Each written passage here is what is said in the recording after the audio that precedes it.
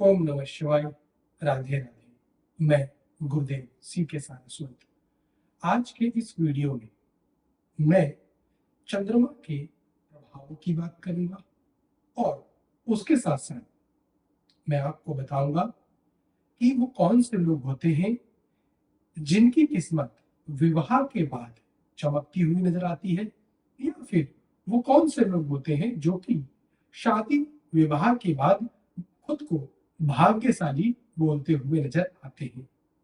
आम जनजीवन में हमने ऐसा सुना है कि तेरी किस्मत शादी के बाद चमक जाएगी, या तेरी किस्मत तो शादी के बाद ही चमक रही है, तेरे घर में लक्ष्मी आई है।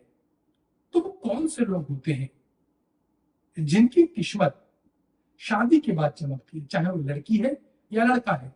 और यहाँ पर न सिर्फ हम करियर की बात कर रहे हैं, बल्कि ऐसा व्यक्ति जिसकी हम बात करेंगे कि वो कौन सा प्लैनेट है जिसके कारण शादी के बाद जीवन में सुख आता हुआ नजर आता है।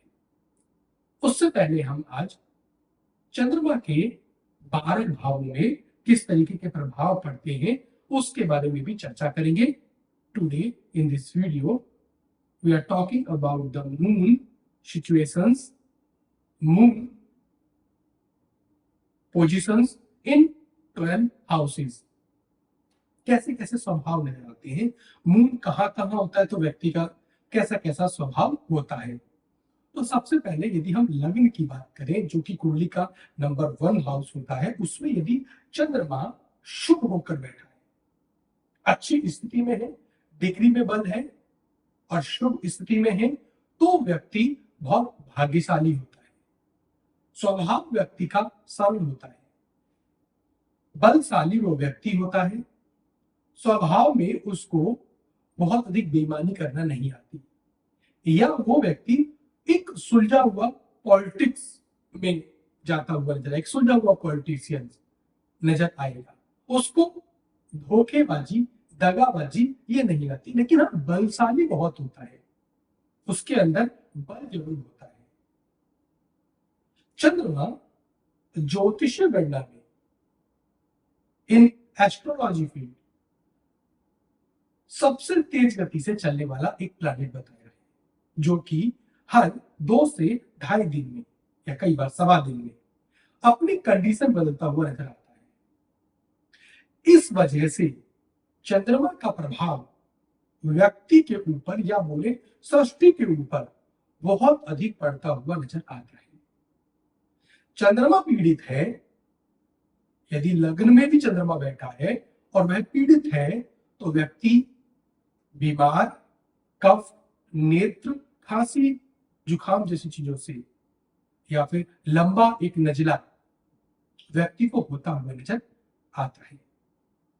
चंद्रमा बहुत जल्दी जल्दी पोजीशन चेंज करता है, इसलिए जिन लोगों की कुंडली में चंद्रमा एक इंपॉर्टेंट प्राइम मिनिस्टर प्लैनेट हो, तो उस व्यक्ति का स्वभाव बहुत अधिक बदलता हुआ नजर आता है। हमारे मन का जो कारक है, अवर माइंड स्पेशलिस्ट जो प्लैनेट है, वो हमारा मून ही है, चंद्रमा ही है।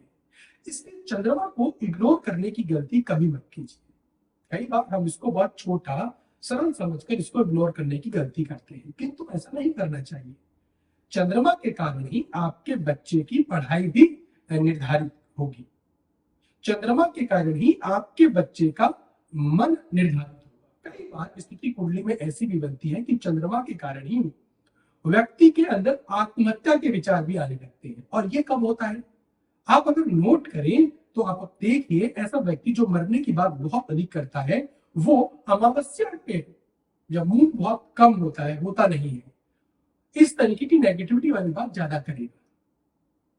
चंद्रमा के कारण ही नदी तालाबों में ज्वार भाटा की स्थिति भी उत्पन्न होती हुई नजर आती है। तो जो चंद्रमा प्रकृति पर इतना प्रभाव डाल रहा है, क्या वो मनुष्य के जीवन में प्रभाव नहीं डालेगा? डालेगा, बिल्कुल डालेगा। जिन व्यक्ति का व्यक्तित्व बहुत जल्दी जल्दी बदल रहा हो, उन लोगों को चंद्रमा के ऊपर नजर डालनी चाहिए। अभी हमने लगन की बात की, सेकंड हाउस में यदि चंद्रमा हो तो वह लक्ष्मी जी की विशेष कृपा प्राप्त करता है, मधुर मीठा बोलने वाला होता है, अच्छा बोलकर अपने काम निकालने वाला होता है और वो एक बटर लगाकर अपने काम निकालने वाला व्यक्ति भी हो जाता है, धन प्राप्त कर लेता है और गायक बनता है, कवि बनता है, मतलब आर्ट का स्पेशलिस्ट बनता है। ये दूसरे हाउस की बात करें, दूसरे हाउस में चंद्रमा बली हो तो लक्ष्मी जी की विशेष कृपा प्राप्त होती है और धन अतिरिक्त स्रोतों से भी आता हुआ नजर जीवन में आ जाता है।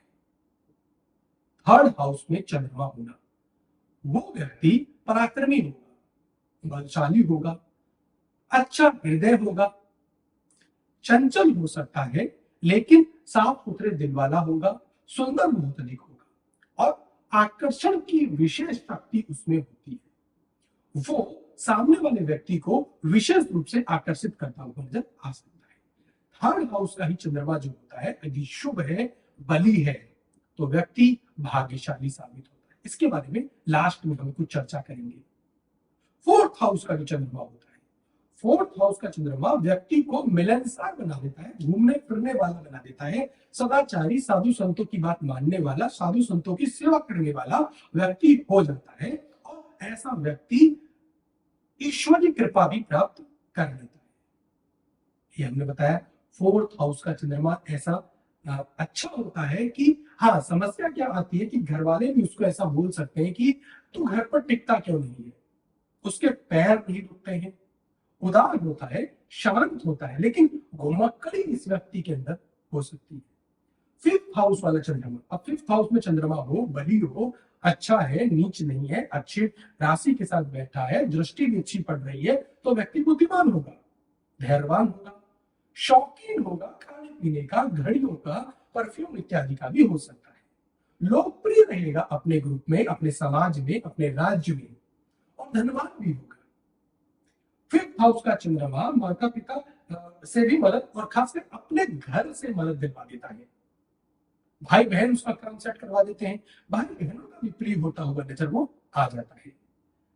सिक्स्थ हाउस का चंद्रमा अगर हम देखें, सिक्स्थ हाउस का जो चंद्रमा है वो एक अच्छी स्थिति नहीं है, यह एक नेगेटिव स्थिति हम बोल सकती है। कफ, वात, पित्त इत्यादि से पीड़ित रोगी छठे हाउस का चंद्रमा बना देता है। ऐसा व्यक्ति रोता बहुत है और वही जो मैंने स्थिति बताई थी ना, अमावस्या के आसपास की स्थिति, वैसी स्थिति भी बनती हुई मैंने अपने जीवन में ऐसे लोगों की देखी है। सैर करने वाला जरूर होता है लेकिन घुमक्कड़ी के कारण वो बीमार भी अधिक पड़ता हुआ नजर आता है और ऐसा मतलब चंद्रमा अच्छा नहीं बोला गया है। ऐसा चंद्रमा पीड़ित स्वास्थ्य में बहुत अधिक गिरावट देता हुआ नजर आ जाता है जब हम सिक्स्थ हाउस की बात कर रहे हैं। सेवंथ हाउस का चंद्रमा, अब विवाह के घर में बैठ गया चंद्रमा, मैरिज के घर में बैठ गया चंद्रमा, सो यहाँ पर जो स्थिति है विवाह के लिए, पति या पत्नी तो सुंदर मिलेगा, अच्छा मिलेगा, उसके साथ तो बन जाएगी, बेशक आप अलग घर लेकर रहने लगे लेकिन पति पत्नी की आपस में बनेगी और अच्छे पति पत्नी, सुंदर पति पत्नी मिल जाते हैं।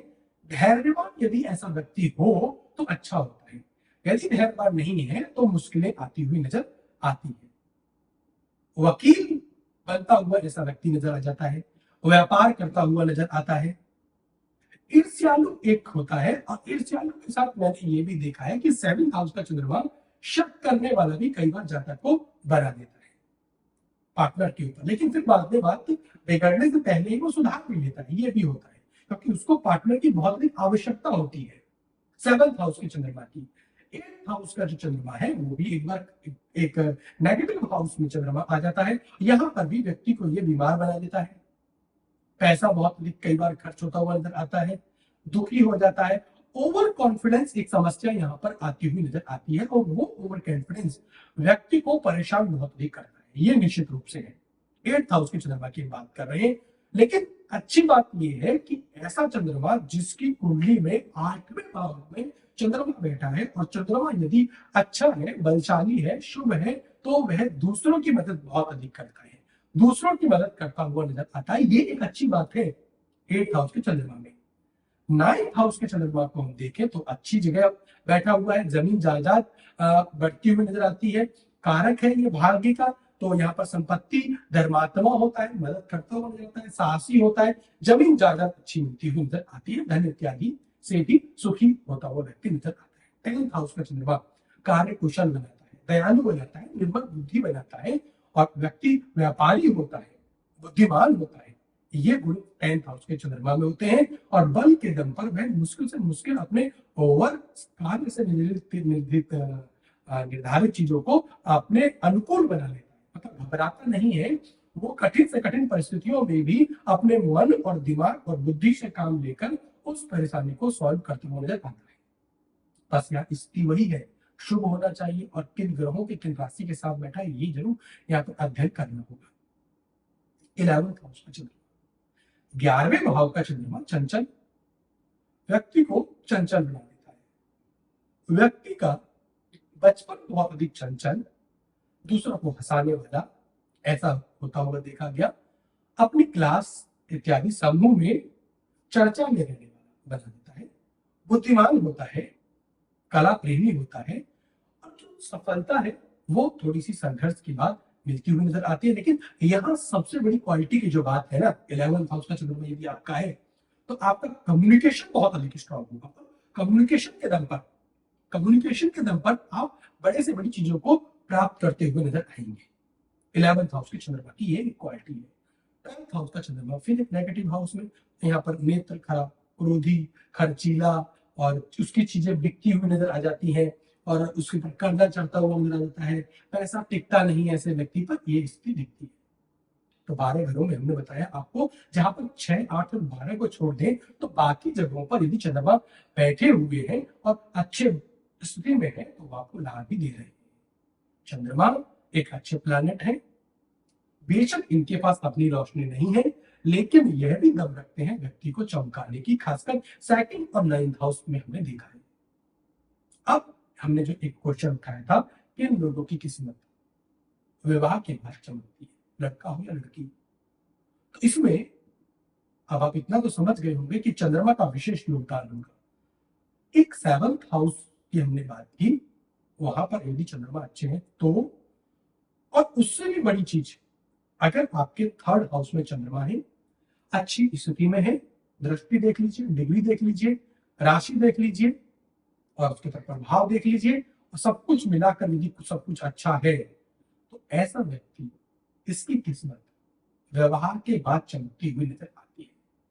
3rd हाउस में चंद्रमा का होना, ये 7th हाउस में है तो भी अच्छा रहेगा, लेकिन उससे भी बड़ी बात जो मुख्य क्वेश्चन है, किसकी चमकती है, तो 3rd हाउस में जिसके शुभ चंद्रमा बैठे हुए हैं उनकी किस्मत पराक्रमी भी होगा, वो व्यक्ति धनी भी होगा, बलशाली भी होगा, याददाश्त शक्ति बहुत अच्छी रहती है और करियर बहुत ऊंचा जाता है उस व्यक्ति का, और व्यवहार के बाद ही करियर ऊंचा जाता हुआ नजर आता है।